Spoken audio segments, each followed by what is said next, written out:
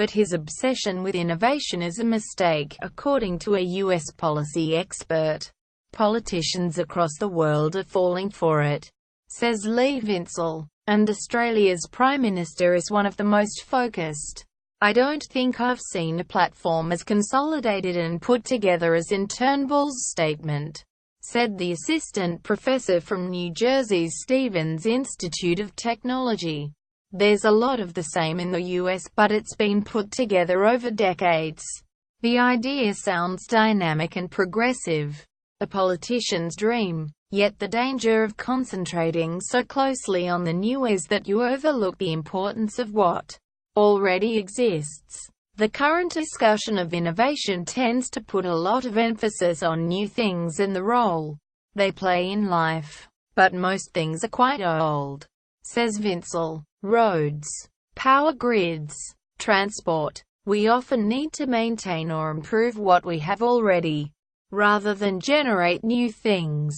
As politicians in every state vie to come up with big-ticket ideas for fast trains, light rail and new traffic systems, it's a timely warning. Crumbling INFRASTRUCTUR.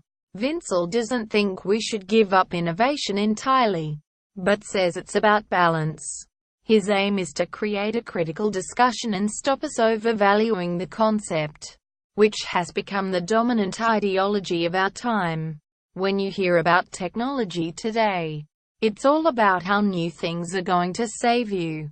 In the US, we have crumbling infrastructure and water systems full of lead. We have a train system so degraded the train can't go at full speed because it will break the rail. We hear big promises around new projects. It might be state-led, Google Glass or smart homes. Then they don't come through and you have aggravated consumers. Innovation might be important, but we need to pay attention to the basic things. The cycle of successive governments looking to put their innovative mark on society feeds into the problem, says Vinsel. The national broadband networks grew up are a great example of not carrying through on basic plans.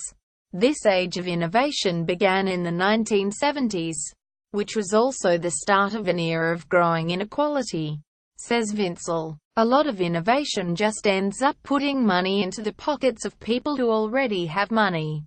We can see this inequality highlighted in Mr. Turnbull's unpopular election promise of tax cuts for big businesses, which Labour capitalised upon during the campaign, alienating ordinary people.